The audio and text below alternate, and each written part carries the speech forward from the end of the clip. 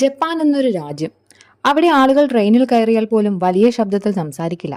റോഡിൽ മാലിന്യം കാണില്ല. ആളുകൾ തമ്മിൽ തർക്കം കുറവ്. മറ്റൊരാളെ ബുദ്ധിമുട്ടിക്കാതിരിക്കുക, അതാണ് അവരുടെ സംസ്കാരം. ജപ്പാനെ ശക്തമാക്കിയത് ടെക്നോളജി മാത്രമല്ല, അവരുടെ സൈലന്റ് റെസ്പെക്ട് എന്ന മനോഭാവമാണ്. ഇന്ന് നമ്മൾ കാണാൻ പോകുന്നത് ശബ്ദമില്ലാതെ മറ്റുള്ളവരെ മാനിക്കുന്ന ജപ്പാൻകാരുടെ ജീവിത രീതിയാണ്. ജപ്പാൻകാരുടെ മൈൻഡ് സെറ്റ്, ഡിസിപ്ലിൻ, ജീവിത പാഠങ്ങൾ എന്നിവയെക്കുറിച്ചുള്ള ഇത്തരത്തിലുള്ള വീഡിയോകൾ നിങ്ങൾക്ക് ഇഷ്ടമാണെങ്കിൽ ചാനൽ ഒന്ന് സബ്സ്ക്രൈബ് കൂടി ചെയ്യുക. ആദ്യം തന്നെ സൈലന്റ് റെസ്പെക്ട് എന്താണെന്ന് പറയാം. നിങ്ങൾ ഒരിക്കലെങ്കിലും ചിന്തിച്ചിട്ടുണ്ടോ ഒരു രാജ്യം എങ്ങനെ ഇത്ര ഡിസിപ്ലിൻഡായി മാറിയെന്ന്? നിയമങ്ങൾ കൊണ്ടോ പിഴ ശിക്ഷകൾ കൊണ്ടോ അല്ല, അതവരുടെ മനസ്സിൽ ചെറുപ്പം മുതൽ വളർത്തിയ ഒരു ചിന്ത കൊണ്ടാണ്. ഞാൻ കാരണം മറ്റൊരാൾക്ക് ബുദ്ധിമുട്ടുണ്ടാകരുത്. ജപ്പാനിൽ റെസ്പെക്ട് എന്നത് വലിയ വാക്കുകളല്ല, സോഷ്യൽ മീഡിയയിൽ ക്വാട്സ് ഇടുന്നതും അല്ല. അതൊരു ദിവസം ചെയ്യുന്ന ചെറിയ കാര്യങ്ങളാണ്. ഒരു ട്രെയിനിൽ കയറുമ്പോൾ ഫോൺ സൈലന്റ് ആക്കുക, ക്യൂ തെറ്റിക്കാതെ നിൽക്കുക, റോഡിൽ ഗാർബേജ് ഇടാതിരിക്കുക. ഇവ സിമ്പിൾ കാര്യങ്ങൾ പോലെ തോന്നാം, പക്ഷെ ഒരു രാജ്യം മാറുന്നത് ഇത്തരം ചെറിയ ശീലങ്ങളിലൂടെയാണ്. ഇന്ന് പല രാജ്യങ്ങളിലും ആളുകൾ ഫ്രീഡം എന്ന പേരിൽ മറ്റുള്ളവരുടെ പീസ് നഷ്ടപ്പെടുത്തുന്നു. പക്ഷെ ജപ്പാൻകാരുടെ മൈൻഡ് സെറ്റ് വ്യത്യസ്തമാണ്. എനിക്ക് ഫ്രീഡം ഉണ്ട്, പക്ഷെ അത് മറ്റൊരാളെ ബുദ്ധിമുട്ടിക്കരുത്. ഇതാണ് സൈലന്റ് റെസ്പെക്ട്, ശബ്ദമില്ലാതെ കാണിക്കുന്ന ആദരം. ഇനി അവരുടെ ട്രെയിൻ കൾച്ചർ എന്താണെന്ന് പറയാം. ജപ്പാനിലെ ട്രെയിൻ കൾച്ചർ ലോകം മുഴുവൻ പ്രശംസിക്കുന്ന ഒന്നാണ്. പക്ഷെ അതിന്റെ കാരണം ടെക്നോളജി മാത്രമല്ല, അവിടെയുള്ള ആളുകളുടെ മനോഭാവമാണ്. ഒന്ന് ഇമാജിൻ ചെയ്തു നോക്കൂ, രാവിലെ നിങ്ങളുടെ ഓഫീസ് ടൈം, ആയിരക്കണക്കിന് ആളുകൾ സ്റ്റേഷനിൽ നിൽക്കുന്നു. ട്രെയിൻ എത്തുന്നു, എല്ലാവരും കയറുന്നു. പക്ഷെ അവിടെ ഷൗട്ടിംഗ് ഇല്ല, പുഷ് ചെയ്യൽ കുറവാണ്. ഫോണിൽ വലിയ ശബ്ദത്തിൽ സംസാരിക്കലില്ല. പലരും ഫോൺ സൈലന്റ് മോഡിൽ വെച്ച് യാത്ര ചെയ്യുന്നു. കാരണം അവർ വിശ്വസിക്കുന്നത് എന്റെ കൺവീനിയൻസ് കാരണം മറ്റൊരാളുടെ പീസ് നഷ്ടപ്പെടരുത്. ഇന്ന് പലയിടങ്ങളിലും പബ്ലിക് പ്ലേസുകൾ നോയ്സിയാണ്. പക്ഷെ ജപ്പാനിൽ പബ്ലിക് പ്ലേസ് എന്നത് ഷെയർഡ് സ്പേസ് എന്നാണ് അവർ കാണുന്നത്. അവിടെ ഓരോ ആളുകളും മറ്റൊരാളുടെ പേഴ്സണൽ സ്പേസ് മാനിക്കുന്നു. അതുകൊണ്ടാണ് അവിടെ ക്രൗഡഡ് ആയാലും ഒരു കാം ഫീലിംഗ് ഉണ്ടാകുന്നത്. ഒരിക്കലും ഒരു ടൂറിസ്റ്റ് പറഞ്ഞിരുന്നു, ട്രെയിൻ ഫുള്ളായിരുന്നു, പക്ഷെ ലൈബ്രറി പോലെ സൈലന്റ് ആയിരുന്നു. അത് ഫിയർ കൊണ്ടുള്ള സൈലൻസ് അല്ല, റെസ്പെക്ട് കൊണ്ടുള്ള സൈലൻസ് ആണ്. നമ്മൾ പോലും ചെറിയ മാറ്റങ്ങൾ തുടങ്ങാം. പബ്ലിക് പ്ലേസിൽ അൺനെസസറി നോയ്സ് കുറയ്ക്കാം, ക്യൂ റെസ്പെക്ട് ചെയ്യാം. കാരണം സിവിലൈസേഷൻ തുടങ്ങുന്നത് ഇത്തരം ചെറിയ മാനേഴ്സുകളിൽ നിന്നാണ്. ഇനിയുള്ള മറ്റൊരു പ്രധാന കാരണമാണ് കുട്ടികൾക്ക് പഠിപ്പിക്കുന്ന ശീലം. ഒരു രാജ്യം ഡിസിപ്ലിൻഡ് ആകുന്നത് വലിയ ആളുകൾ കൊണ്ടല്ല, കുട്ടികളെ എങ്ങനെ വളർത്തുന്നു എന്നതുകൊണ്ടാണ്. ജപ്പാനിൽ കുട്ടികൾക്ക് മാർക്ക് മാത്രം പഠിപ്പിക്കുന്നില്ല, ജീവിതം പഠിപ്പിക്കുന്നു. അവിടെയുള്ള സ്കൂളുകളിൽ ക്ലാസ് റൂം ക്ലീൻ ചെയ്യുന്നത് സ്റ്റുഡൻസ് തന്നെയാണ്. ലഞ്ച് സെർവ് ചെയ്യുന്നതും സ്റ്റുഡൻസ് ആണ്. ഇത് കേൾക്കുമ്പോൾ ചിലർക്കെങ്കിലും സർപ്രൈസ് തോന്നാം, പക്ഷെ അതിന്റെ പിന്നിൽ വലിയൊരു ഫിലോസഫി ഉണ്ട്. ഒരു ജോലി ചെറിയതല്ല. ജപ്പാനിൽ ക്ലീനിങ് പണിഷ്മെന്റ് അല്ല, റെസ്പോൺസിബിലിറ്റിയാണ്. അതുകൊണ്ടാണ് അവിടെയുള്ള കുട്ടികൾ പബ്ലിക് പ്ലേസ് ഡേർട്ടി ആക്കുന്നത് കുറവാകുന്നത്. കാരണം ചെറുപ്പം മുതൽ അവർ പഠിച്ചത് ഈ സൊസൈറ്റി എന്റേതുമാണ്. ഇന്ന് പല കുട്ടികൾക്കും സക്സസ് മാത്രം പഠിപ്പിക്കുന്നു, പക്ഷെ റെസ്പോൺസിബിലിറ്റി പഠിപ്പിക്കപ്പെടുന്നില്ല. ജപ്പാനിൽ രണ്ടും ഒരുപോലെ ഇമ്പോർട്ടൻ്റ് ആണ്. ടീം വർക്കും റെസ്പെക്റ്റും ഡിസിപ്ലിനും. ഇവ പുസ്തകത്തിൽ മാത്രമല്ല, ഡെയിലി പ്രാക്ടീസിലൂടെയാണ് അവർ പഠിപ്പിക്കുന്നത്. അതിനാലാണ് വലിയവരായിട്ടും അവരുടെ ക്യാരക്ടർ സ്ട്രോങ് ആയിരിക്കുന്നത്. ഒരു രാജ്യത്തിന്റെ ഫ്യൂച്ചർ കുട്ടികളുടെ ഹാബിറ്റ്സിൽ ഒളിഞ്ഞിരിക്കുന്നുണ്ട്. മറ്റൊരു പ്രധാന കാരണമാണ് ജപ്പാൻകാരുടെ സൈലൻസ്.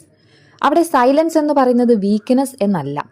ഇന്ന് സോഷ്യൽ മീഡിയ ലോകത്ത് ആരാണ് കൂടുതൽ സംസാരിക്കുന്നത്? അവരാണ് പവർഫുൾ എന്ന് പലർക്കും തോന്നും. പക്ഷെ ജപ്പാൻകാരുടെ മൈൻഡ് സെറ്റ് വ്യത്യസ്തമാണ്. അവർക്ക് സൈലൻസ് എന്ന് പറയുന്നത് വീക്ക്നെസ് അല്ല, സെൽഫ് കൺട്രോൾ ആണ്. ദേഷ്യം വന്നാലും കൺട്രോൾ ചെയ്യുക, ഇമോഷൻസ് വന്നാലും കാമായിരിക്കുക, ഓരോ കാര്യത്തിനും റിയാക്ഷൻ കൊടുക്കാതിരിക്കുക. ഇതാണ് അവരുടെ സ്ട്രെങ്ത്. നിങ്ങളൊന്ന് ശ്രദ്ധിച്ചു നോക്കുക. ചില ആളുകൾ ചെറിയ കാര്യങ്ങൾക്കും ഷൗട്ട് ചെയ്യും, കാരണം അവരുടെ മൈൻഡ് കാം അല്ല. പക്ഷെ മെന്റലി സ്ട്രോങ് ആയ ആളുകൾ എല്ലാ സമയത്തും നോയ്സ് ക്രിയേറ്റ് ചെയ്യേണ്ടതില്ല. ജപ്പാൻകാരുടെ സൈലൻസ് ഫിയർ കൊണ്ടല്ല, മെച്യൂരിറ്റി കൊണ്ടാണ് ഉള്ളത്. അവർ വിശ്വസിക്കുന്നത് ഓരോ കാര്യങ്ങൾക്കും വലിയ റിയാക്ഷന്റെ ആവശ്യമില്ല. ഈ മൈൻഡ് സെറ്റാണ് അവരെ പീസ്ഫുൾ സൊസൈറ്റി ആക്കുന്നത്. ഇന്ന് നമ്മളും ചെറിയ കാര്യങ്ങളിൽ കാമാകാൻ പഠിക്കണം. ആർഗ്യുമെന്റ്സ് കുറയ്ക്കണം. റിയാക്ഷനേക്കാൾ അണ്ടർസ്റ്റാൻഡിങ് കൂട്ടണം. കാരണം ചിലപ്പോൾ സൈലൻസ് ആണ് ഏറ്റവും വലിയ വിസ്ഡം. ഇനി അവരുടെ പബ്ലിക് റെസ്പോൺസിബിലിറ്റിയെ കുറിച്ച് പറയാം. ഒരു ഫുട്ബോൾ മാച്ച് കഴിഞ്ഞാൽ പല രാജ്യങ്ങളിലും സ്റ്റേഡിയം ഡേർട്ടി ആയിരിക്കും. പക്ഷേ ജപ്പാൻ ഫാൻസ് വ്യത്യസ്തരാണ്. അവർ സ്വന്തം സീറ്റ് ക്ലീൻ ചെയ്തിട്ടാണ് പോകുന്നത്. ലോകം അത് കണ്ടപ്പോൾ അത്ഭുതപ്പെട്ടു. കാരണം അവർ വിശ്വസിക്കുന്നത് ഇതെന്റെ ഉത്തരവാദിത്തമാണ്. ജപ്പാനിൽ ഗാർബേജ് ബിൻ കുറവാണ്, എങ്കിലും റോഡുകൾ ക്ലീൻ ആണ്. അതെന്തുകൊണ്ടാണ്? കാരണം അവർ ഗാർബേജ് പോക്കറ്റിൽ വെച്ച് വീട്ടിലെത്തിച്ച് അത് ഡിസ്പോസ് ചെയ്യും. ഇന്ന് പലരും ചോദിക്കും, ഗവൺമെന്റ് ക്ലീൻ ആക്കാത്തത് എന്തുകൊണ്ടാണ്? പക്ഷെ ജപ്പാൻ മൈൻഡ് സെറ്റ് പറയുന്നത് രാജ്യം ക്ലീൻ ആക്കേണ്ടത് സിറ്റിസൺസ് കൂടിയാണ്. ഇതാണ് റിയൽ സിവിൽ സെൻസ്. ഒരു രാജ്യം ബ്യൂട്ടിഫുൾ ആകുന്നത് ബിൽഡിങ്സ് കൊണ്ടല്ല, അവിടെയുള്ള ആളുകളുടെ ക്യാരക്ടർ കൊണ്ടാണ്. നമ്മളും ചെറിയ കാര്യങ്ങളിൽ തുടങ്ങാം. റോഡിൽ വേസ്റ്റ് ഇടാതിരിക്കുക, പബ്ലിക് പ്രോപ്പർട്ടി ഡാമേജ് ചെയ്യാതിരിക്കുക. കാരണം റെസ്പോൺസിബിൾ സിറ്റിസൺസ് ഇല്ലാതെ സ്ട്രോങ് നേഷൻ ഉണ്ടാകില്ല. ഇനി ജപ്പാൻകാരുടെ മറ്റൊരു പ്രധാന കഴിവാണ് മറ്റൊരാളെ ബുദ്ധിമുട്ടിക്കാതിരിക്കുക എന്നത്. ജപ്പാനിലൊരു പ്രധാന കോൺസെപ്റ്റ് ഉണ്ട്, മെയ്വാക്കു. അതായത് മറ്റൊരാൾക്ക് ഇൻകൺവീനിയൻസ് ഉണ്ടാക്കരുത്. ഇതവർ ജീവിതത്തിന്റെ എല്ലാ ഭാഗത്തും ഫോളോ ചെയ്യുന്നു. ഫോൺ സൈലന്റ് മോഡിൽ വെക്കുന്നു, ക്യൂ ഫോളോ ചെയ്യൽ, ലേറ്റ് ആകാതിരിക്കുക, പബ്ലിക് നോയ്സ് കുറയ്ക്കൽ. ഇവ സിമ്പിൾ ഹാബിറ്റ്സ് പോലെ തോന്നാം, പക്ഷേ സൊസൈറ്റി പീസ്ഫുൾ ആക്കുന്നത് ഇത്തരം ഹാബിറ്റ്സ് ആണ്. ഇന്ന് പലർക്കും ഫ്രീഡം എന്നത് എനിക്കിഷ്ടമുള്ളത് ചെയ്യാം എന്നതിലാണ്. പക്ഷെ ജപ്പാൻ മൈൻഡ്സെറ്റ് പറയുന്നത് എൻ്റെ ഫ്രീഡം കാരണം മറ്റൊരാളെ സഫർ ചെയ്യരുത്. ഈ ഒരു ചിന്ത സൊസൈറ്റിയെ മാറ്റുന്നു. ഒന്ന് ഇമാജിൻ ചെയ്തു നോക്കാമോ? ഓരോ ആളും മറ്റൊരാളുടെ കംഫർട്ട് ചിന്തിച്ചാൽ ലോകം എത്ര പീസ്ഫുൾ ആയിരിക്കും. റെസ്പെക്റ്റ് എന്നത് വലിയ വേർഡ്സ് അല്ല, മറ്റൊരാളുടെ പീസ് പ്രൊട്ടക്റ്റ് ചെയ്യുന്നതാണ്.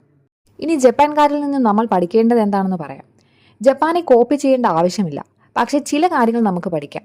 അതായത് അവരുടെ ഡിസിപ്ലിൻ, പങ്ക്ച്വാലിറ്റി, ക്ലീൻലിനെസ്, റെസ്പെക്റ്റ്. ഇവ സൊസൈറ്റിയെ മാറ്റുന്ന ശക്തികളാണ്. ഒരു രാജ്യം പവർഫുൾ ആകുന്നത് ടെക്നോളജി കൊണ്ട് മാത്രമല്ല, സിറ്റിസൺസിന്റെ ക്യാരക്ടർ കൊണ്ടാണ്. ഇന്ന് നമ്മൾ പലപ്പോഴും വലിയ മാറ്റങ്ങൾ കാത്തിരിക്കുന്നു, പക്ഷെ വലിയ മാറ്റങ്ങൾ ചെറിയ ഹാബിറ്റ്സിൽ നിന്നാണ് തുടങ്ങുന്നത്. ക്യൂ റെസ്പെക്ട് ചെയ്യുക, പബ്ലിക് പ്ലേസ് ക്ലീനായി വെക്കുക, നോയ്സ് കുറയ്ക്കുക, ടൈം വാല്യൂ ചെയ്യുക. ഇവ ചെറിയ കാര്യങ്ങൾ പോലെ തോന്നാം, പക്ഷേ സിവിലൈസേഷൻ ബിൽഡ് ചെയ്യുന്നത് ഇവയാണ്. ജപ്പാൻ നമ്മളെ പഠിപ്പിക്കുന്നത് respect is not spoken loudly, it is shown silently. നമ്മളും ഇന്നു മുതൽ ചെറിയ മാറ്റങ്ങൾ തുടങ്ങാം. കാരണം നല്ലൊരു സൊസൈറ്റി വലിയ സ്പീച്ചസ് കൊണ്ടല്ല, നല്ല മനുഷ്യർ കൊണ്ടാണ് ഉണ്ടാകുന്നത്. ഇനി എനിക്ക് വ്യക്തമാക്കാനുള്ളത്, ജപ്പാൻകാരുടെ ശക്തി അവരുടെ ടെക്നോളജിയല്ല, അവരുടെ ക്യാരക്ടറാണ്. ഒരാൾ നോക്കാത്തപ്പോൾ പോലും ശരിയായ കാര്യം ചെയ്യുക, അതാണ് യഥാർത്ഥ ഡിസിപ്ലിൻ. സൈലന്റ് റെസ്പെക്ട്, ശബ്ദമില്ലാതെ മറ്റൊരാളെ മാനിക്കുന്ന ആ മനോഭാവം ലോകം മുഴുവൻ പഠിപ്പിക്കേണ്ട ഒന്നാണ്. നമ്മളും ചെറിയ കാര്യങ്ങളിൽ മാറ്റം തുടങ്ങാം.